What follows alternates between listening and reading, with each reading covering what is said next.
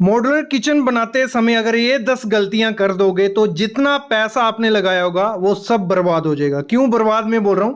क्योंकि जो किचन होती है सबसे ज्यादा खर्चा उसी में हमारा लगता है। अगर वो सही से काम नहीं होगा तो दिक्कत आती आती है।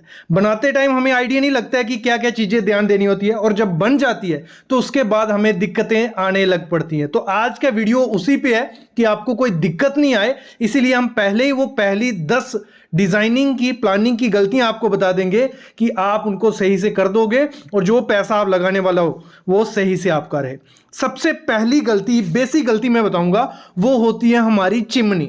चिमनी जब हम लेने जाते हैं हमें कोई आइडिया नहीं कि कौन सी चिमनी लगानी है, हम कोई भी चिमनी लगा देते हैं तो वो दिक्कत हमें देती है। क्योंकि दो टाइप की चिमनी मार्केट में आती है। फ्लैट चिमनी जैसे सामने देख रहे हो, ये है इंक्लाइंड चिमनी। दोनों ऑप्शन आपको मार्केट में मिल जाएंगे। मैं कहूंगा कि आपको फ्लैट चिमनी लगानी चाहिए, लेकिन आप सबके क्वेश्चन होंगे सर फ्लैट चिमनी उतनी देखने में अच्छी नहीं लगती जितनी इंक्लाइन लगती है। इंक्लाइन देखने में बहुत सुंदर लगती है, लेकिन उसकी जो मैंने एक्सपीरियंस के साथ देखा है उसकी सक्शन पावर कम होती है as compare to flat. Flat वाली क्या होती है, पूरा धुआं जो होता है हमारा, स्मोक जो निकलती है, इंडियन किचन है, परांठे बनेंगे, तड़का लगेगा, पूरा धुआं सोख लेती है फ्लैट चिमनी। लेकिन इंक्लाइन चिमनी को कुछ दिक्कत तो आ रही है। 2-3 किचन से हमें ये आ गया कि सर आपने इंक्लाइन चिमनी लगवाई थी और धुआं सक्शन कम हो रही है।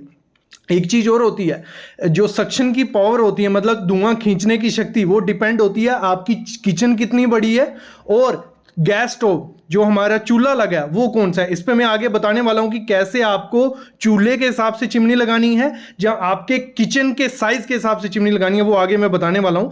लेकिन हमेशा एक चीज ध्यान रखना, जब भी आप चिमनी लगाओ, भले इंक्लाइन लगाओ जैसे सामने दिख रही है, भले फ्लैट लगाओ, उसकी जो हाइट होनी चाहिए, मतलब चूल्हे से हाइट 600 से 700 mm, मतलब उससे ज्यादा अगर वो होगी तो वो सक्शन अच्छे से नहीं करती है, धुआं अच्छे से नहीं खींचती है। तो ये आपको जो जगह रखनी है वो 2 फुट रखनी है। कितनी? 2 फुट, जहां उससे कम ना, इससे ज्यादा नहीं। दिक्कत आती थी फ्लैट चिमनी में, सर लगता था, तो इसलिए इंक्लाइन चिमनी आई, लेकिन इंक्लाइन चिमनी हमारा धुआं खींच रही नहीं है। लेकिन अभी हम चेक करते हैं कैसे रखना है। पहले तो आपको जब चूज करनी है, जो आपके बर्नर्स रहते हैं, गैस जलने वाली है उसके हिसाब से करनी है। अगर 2 से 4 बर्नर आपकी गैस सिस्टम में है तो आपको 60 सेंटीमीटर चाहिए। कितनी?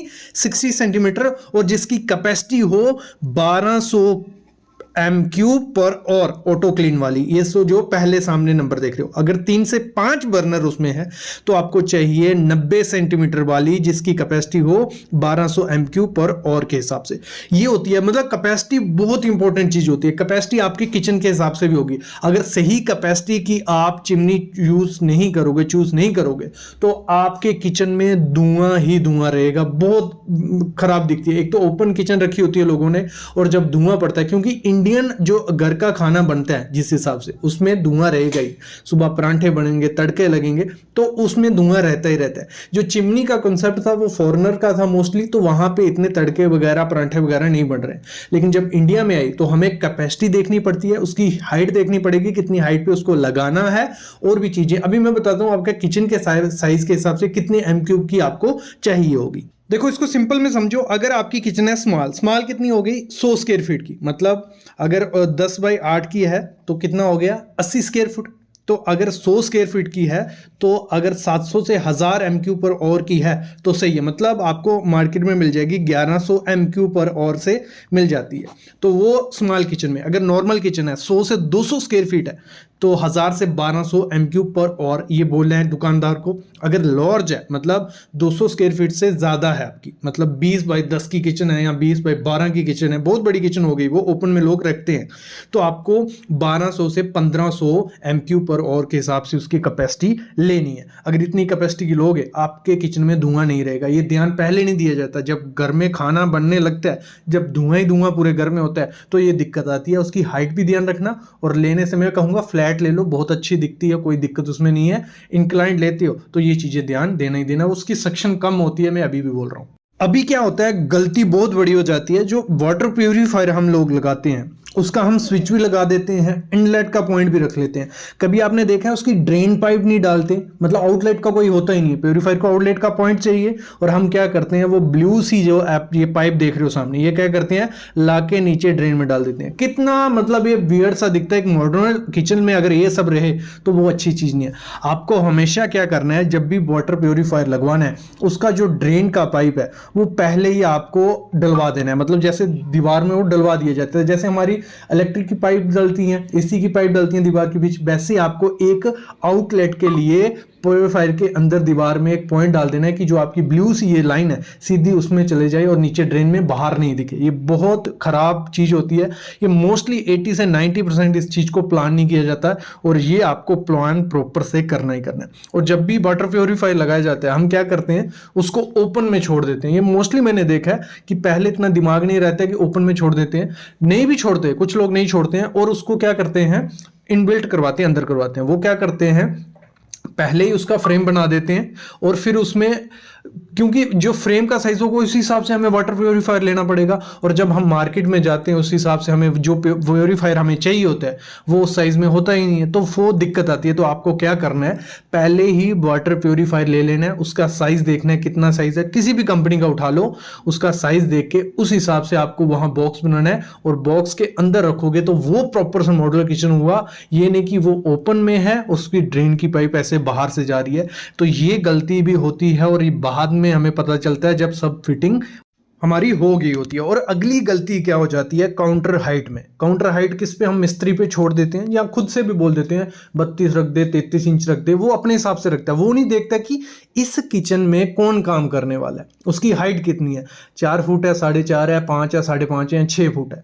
वो हाइट पे डिपेंड होना चाहिए आपके काउंटर की हाइट। नहीं तो दिक्कत क्या आती है, जब वो काउंटर पे हाइट ज्यादा होगी या कम होगी, जो काम कर रहा होगा ना उसे हमेशा दिक्कत रहेगी, उसको कमर में दर्द रहेगी, नेक में दर्द रहेगी, क्योंकि उसको झुक के काम करना पड़ेगा, तो वो दिक्कत रहती है। तो हमेशा आपको जब भी काउंटर की हाइट आपकी रखनी है वो प्रॉपर से रखनी है, किसके हिसाब से, जो आपकी किचन में वुमेन या जो भी काम करने वाला है मैक्सिमम टाइम।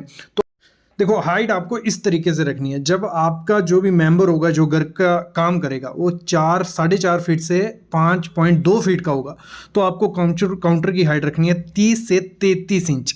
अगर 30 से 33 इंच रखोगे, उस आदमी के कमर में दर्द भी नहीं होगी और वो अच्छे से काम कर सकता है।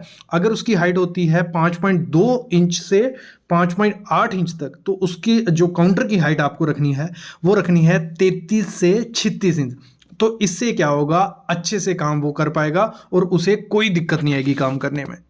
अगर वो काम करने वाला है 5 फुट 8 इंच से लेके 6 फुट 1 इंच तक, तो 36 से 39 इंच आपको हाइट रखनी है काउंटर टॉप की, और 6 फुट 1 इंच से 6.5 फुट तक है तो आपको हाइट रखनी है 39 इंच से लेके 42 इंच। ये आपको अपने उसको बता देना है जो काउंटर आपका बना रहा होगा मिस्त्री, भले वो मार्बल का बना रहा है भले वो लकड़ी का बना रहा है। तो ये बहुत इंपॉर्टेंट चीज़ है जो लोग पहले ध्यान नहीं देते हैं, बाद में दिक्कत आती है, कमर में दर्द, माइग्रेन वगैरह ये सब चीज़ें आ जाती हैं, क्योंकि किचन में पूरे दिन सुबह से शाम तक काम करना होता है और डेली करना है, एक ऐसी जगह है ये। अगली हम लोग मिस्टेक कर देते हैं जब हम किचन की सिंक लाते हैं। सबसे पहले जो सिंक आपको लानी है वो लानी है साउंडलेस। मतलब साउंडलेस क्या हो गया, उसके नीचे आजकल पैड लगाए जाते हैं सिंक के नीचे, जिसकी हेल्प से क्या होगा, बर्तन गिरेगा इतनी ज़्यादा साउंड नहीं आती। नहीं तो पहले किचन होती थी बर्तन गिरा इतनी ज़्यादा आवाज़ आती थी, वो लानी है। दूसरी आपको जो लेनी है स्टेनलेस। जैसे सामने आप किचन की सिंक देख रहे हो, उसमें क्या है, दाग लग गए हैं। ये दाग लग जाते हैं अगर आप लोगे हैंडमेड किचन जो सिंक आती है उसमें दाग की चांसेस रहते हैं अगर आप लोकल कंपनी से लोगे। अगर किसी दूसरी कंपनी से लोगे तो जो ब्रांडेड कंपनी है उसमें ऐसे दाग नहीं लगेंगे।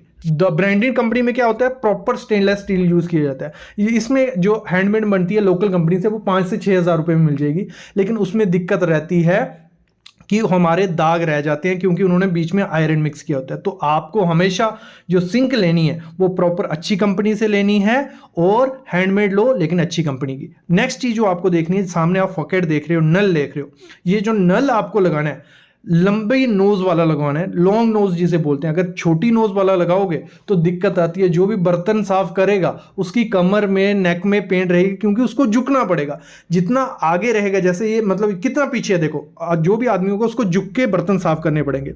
तो हमेशा आपको क्या करना है, लॉन्ग नोज रो और दो पॉसिबल हो 2 फकेट रखो। जैसे ये सामने देख रहे हो, एक हाथ से खींच के बर्तन धो सकते हैं, दूसरा लॉन्ग नोज होगा तो पानी गिरता रहेगा, सीधा खड़े रह के भी प्लेट रख के साफ हो सकता। तो ये दिक्कत रहती है, मिस्टेक होती है, हम उस दौरान ध्यान नहीं देते हैं, आपको देना ही देना है। नेक्स्ट आपको क्या करना है, जब आपकी पार्टीशन की जा रही होती है, काउंटर बनाया जा रहा होता है, तो आपको जो ग्रेनाइट यूज करना है वो ग्रेनाइट, नेचुरल ग्रेनाइट यूज करना है। हम लोग क्या कर देते हैं, आर्टिफिशियल ग्रेनाइट यूज कर देते हैं। जैसे ये सामने देख रहे हो, ये आर्टिफिशियल ग्रेनाइट है, मतलब असली ग्रेनाइट नहीं है, ये मार्बल की तरह, उसकी टाइल की तरह है। और थोड़े टाइम बाद क्या होगा, ऐसे स्क्रैच आ जाएंगे। ये सामने स्क्रैच देख रहे हो, ये आर्टिफिशियल जब हम ग्रेनाइट लगा देते हैं ऐसे स्क्रैच दिखते हैं, तब ये बहुत चमक रहा होता है। और विद इन मंथ क्या 15 दिन बाद ये ऐसी हालत हो जाती है। तो आपको हमेशा क्या करना है, नेचुरल ग्रेनाइट लगाना है। आपको 150 से 170 रुपए पर स्क्वायर फीट मिल जाएगा। नेचुरल ग्रेनाइट लगाओगे, लुक भी अच्छी रहती है, पूरी उम्र रहता है, ना उसमें स्क्रैच आते हैं, ना टूटने का डर होता है। तो आपको हमेशा वो चीज करनी है। और जब भी पार्टीशन करनी है, मैं बोलूंगा मार्बल से नहीं करो, आपको पार्टीशन करनी है लकड़ी से। ये जैसे मार्बल की पार्टीशन की है, ऊपर ग्रेनाइट डाला है, ग्रेनाइट से पहले मार्बल डालना। जो पार्टीशन की बात कर रहा था, ये पार्टीशन देख रहे हो, ये पार्टीशन आपको बोर्ड से करनी है, प्लाई बोर्ड से। इससे फायदा क्या है, इससे फायदा ये होगा, जो आपके चैनल रहते हैं ना, तो आपकी जो जाली ट्रॉलीज रहती हैं उनको अंदर बाहर करना है। अगर आपने लकड़ी के लगाए होंगे, आपकी ट्रॉली लूज नहीं होगी, हमेशा फिक्स रहेगी, जैसे पहले दिन थी लास्ट दिन तक। लेकिन अगर मार्बल में ये ट्रॉलीज लगाते हो, चैनल लगाते हो, 1-2 महीने बाद वो लूज हो जाती हैं और दिक्कत आती है। और आपको हमेशा ट्रॉलीज कौन सी यूज करनी है, ये सामने इनोटेक वाली करनी है, जो पीवीसी प्लास्टिक की रहती है। जैसे एसएस और प्लास्टिक को मिक्स करके ट्रॉलीज बनाई गई हैं, तो ये इनका वेट कम होता है, तो चैनल अच्छे से चलते रहते हैं। लेकिन सिर्फ जो स्टेनलेस स्टील की जालियां आती हैं, वो लगाने से होता क्या, वो भारी होती हैं, थोड़े टाइम में चैनल लूज हो जाते हैं और आपकी ये हिलने लग पड़ती हैं। तो ये चीज भी आपको पहले ध्यान देनी है, नहीं तो दिक्कत आएगी ही आएगी। चीज करनी है, जब भी आपको किचन बनानी है ना, तो इंडियन किचन है यार, तड़का लगना है, परांठे बनने हैं, धुआं होगा ही होगा।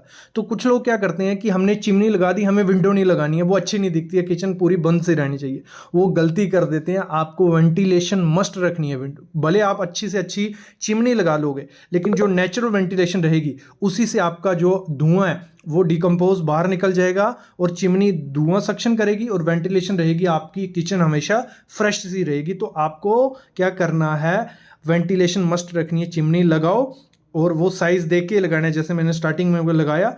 भले आपकी ओपन किचन है या बंद किचन है, तो आपको वो चीज़ करनी ही करनी है। अभी किचन की प्लानिंग करते टाइम एक वो बहुत बड़ी गलती हम लोग कर देते हैं, स्टोरेज का चक्कर। मतलब स्टोरेज नहीं रखनी है, कहाँ दालें रखनी है, कहाँ आटा रहेगा, कहाँ हमारा मटेरियल रहेगा, वो प्लानिंग बिल्कुल नहीं होती। जैसा हमारा मिस्त्री कारपेंटर करके जाता है, वही हम उसी भरोसे रहते हैं। तो आपको क्या करना है, जब किचन बना रहे हो, अगर आपके पास जगह अवेलेबल है, तो मैं कहूँगा एक 2x2 का या 3x3 का एक छोटा सा स्टोर मस्ट बना लो। जो भी उससे होगा क्या, आप आटा वहाँ रख सकते हो, आलू, ऑनियन, ये सब चीज़ें आप छोटे से स्टोर में रख सकते हो। और सामने की किचन आपकी मॉड्यूलर बनने जा रही है, तो वो देखने में अच्छी लगनी चाहिए। तो मॉड्यूलर किचन में ये होता है कि सब चीज़ें हिडन रहें और बाहर हमारी सिर्फ खूबसूरती रहे। तो वो उसी से पॉसिबल होगा कि छोटा सा आपने पीछे स्टोर बनाया, स्टोर नहीं है आपके पास जगह किचन की जितनी है, तो उसमें आपको क्या करना है, प्रॉपर से कैबिनेट बनाने हैं, जहाँ हमारी दालें रहेंगी, जहाँ हमारा रेफ्रिजरेटर रहेगा, जहाँ हमारा माइक्रोवेव रहेगा, ये रहेगा वो रहेगा। तो प्रॉपर से स्टोरेज आपको कर देनी है। किचन डिजाइन करते एक और बहुत बड़ी गलती आप लोग कर देते हो, जो डस्टबिन होता है हमेशा बाहर रहता है। जैसे सामने आप देख रहे हैं मॉड्यूलर किचन और डस्टबिन बाहर पड़ा हुआ है, ऐसा कुछ नहीं है। आपका जो डस्टबिन होना चाहिए प्रॉपर, आपका मतलब जहां आपके कैबिनेट्स बन रहे हैं उनके पीछे उसको फिट करवाना है कि आपका जो डस्टबिन वगैरह है वो अंदर रहे। भले वो गीला सामान उसमें डालना है, भले ड्राई डालना है, तो दोनों आपके अंदर कैबिनेट के अंदर रहेंगे, तो वो सही से प्लानिंग होती है। और ये चीज़ हम पहले ध्यान नहीं देते हैं जब भी मॉड्यूलर किचन बना रहे होते हैं। नेक्स्ट चीज़ आपको क्या करना है, जब भी मॉड्यूलर किचन बनाने, इस ट्रायंगल को फॉलो करना है, वर्क ट्रायंगल। इसमें क्या है, आपकी एक कोने पे सिंक रहेगी, एक कोने पे स्टोव और दूसरे कोने पे रेफ्रिजरेटर। इससे क्या होगा, इन तीनों जगह में आपका 3 से 4 फीट का डिस्टेंस होना चाहिए कि अगर आप सिंक पे काम कर रहे हो तो आप इजीली स्टोव तक जा सको ये 2 स्टेप्स में, और 2 स्टेप्स में आप रेफ्रिजरेटर के साथ, अगर ये सिंक और रेफ्रिजरेटर पास पास होगा तो पानी के छींटे वहाँ पड़ेंगे, स्टोव के साथ होगा तो पानी की छींटे वहाँ पड़ेंगे। तो आपको इस ट्रायंगल को फॉलो करना है कि इस हिसाब से आपका होना चाहिए कि एक कोने में आपका रेफ्रिजरेटर हो, सिंक हो, स्टोव हो। तो यही रूल मंत्र होता है जब भी हम किचन को डिज़ाइन करते हैं, तो आपको ये फॉलो करना ही करना है, इससे आपकी किचन परफेक्ट तरीके से बनती है। अगली चीज़ ध्यान रखनी है, जब भी गैस स्टोव हम लेने जाते हैं कोई ध्यान नहीं देते, जो हमें 3 वाला देता है हम 3 वाला ले लेते हैं, हमें 4 वाला देता है वो 4 वाला ले लेते हैं। आपको गैस स्टोव वैसे ही लेना है जैसी आपकी रिक्वायरमेंट होगी, कि आपको बर्तन का साइज़ देखना है, क्योंकि 4 वाला होगा तो उससे छोटे छोटे बर्तन नहीं चढ़ा सकते हैं। तो आपको देखना है कि आपको 3 बर्तन चढ़ाने हैं, आपके बर्तन का साइज़ कैसे है, वैसे ही गैस स्टोव भी आपको चूज़ करना होता है। ये थी कुछ बातें जब आपको किचन सिंक बनानी है, तो ये 10 बातें थी, ये आपको करनी ही करनी है। ऐसी ही 10 बातें और हैं, अगर आप कमेंट करोगे 100 कमेंट जिस दिन होगे उस दिन एक और वीडियो आ जाएगी जिसमें मैं बताऊंगा कि आपको किचन बनाते समय क्या क्या चीज़ें ध्यान देनी है। आई होप आपको समझ आ गया हो, नहीं आया होगा कमेंट करना, बाकी प्लीज़ चैनल को सब्सक्राइब कर लो और बेल आइकन दबा लो, ऐसी वीडियोज़ मिलती रहेंगी।